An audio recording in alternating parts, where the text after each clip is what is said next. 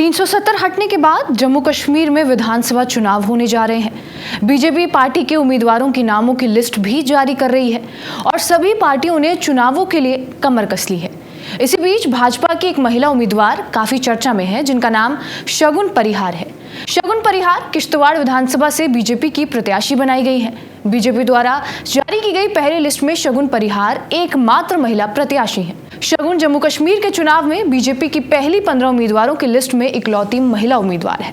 उनके चाचा अनिल परिहार पार्टी के पूर्व सचिव रह चुके हैं और 2018 में आतंकवादियों ने उनकी हत्या कर दी थी। शगुन परिहार ने बीजेपी से टिकट मिलने के बाद कहा, मैंने कभी नहीं सोचा था कि मैं पॉलिटिक्स में आऊंगी। देखते हैं चीजें मेरे लिए कितनी बदलती है और मेरी किस्मत कैसे बदलती है। पार्टी ने मेरे कैंडिडेचर को अनाउंस किया है। ये हमारे लिए काफी इमोशनल मूवमेंट है। उन्होंने कहा कि इस चुनाव में राज्य की महिलाओं के सशक्तिकरण और उनकी जॉब्स के मुद्दे पर वो लड़ेंगी। मुझे विश्वास है कि मैं पार्टी की इस कसौटी पर खरा उतर पाऊंगी।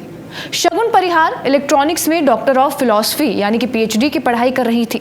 वो फिलहाल सक्रिय राजनीति में शामिल नहीं थी और आगे भी जल्दी से राजनीति में शामिल नहीं होना चाहती थी।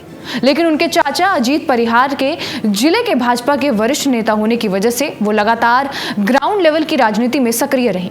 वो छात्र जीवन के दौरान से ही जमीनी स्तर पर काम करना शुरू कर चुकी थी। शगुन परिहार के चाचा अनिल बीजेपी के जिले के महासचिव रह चुके हैं।